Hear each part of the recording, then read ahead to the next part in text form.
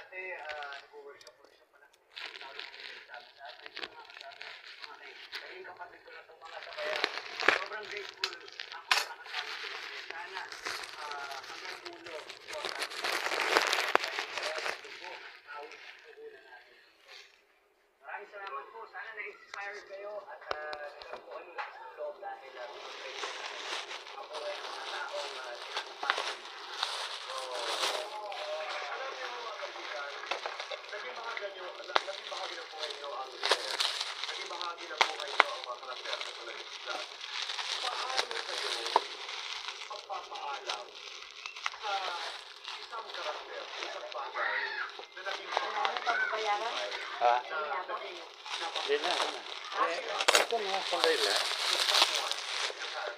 someone who someone has become truly important. Bakit na ganun? Paano kayo magpapaalam? Sasabutan sa magbabalik Kahit. ng pasok. Kwanto. Talaga. Bakit na ano? May ganito. Europan na lang yun. Ano mo? Sinan. Ano to, nakano na? Oo. Ayan. Ayan. Okay.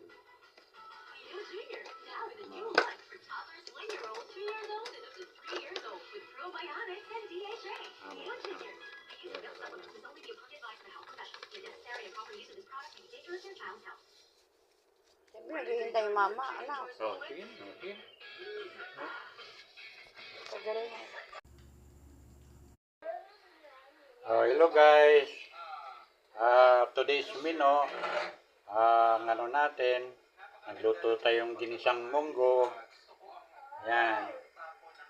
Saka may lahok na kunting manok. At saka ito, dahon ng alugbate. Fresh mula sa aming garden. Yan. Hindi ka na kailangan bumili sa palengke. Panglahok. Yan. Meron na tayong dahon ng alugbate. Panglahok sa ating ginisang munggo. Na po. Munggo. Yes. Munggo. Uyaya. Ang ating ulam ngayong araw ay ginisang munggo.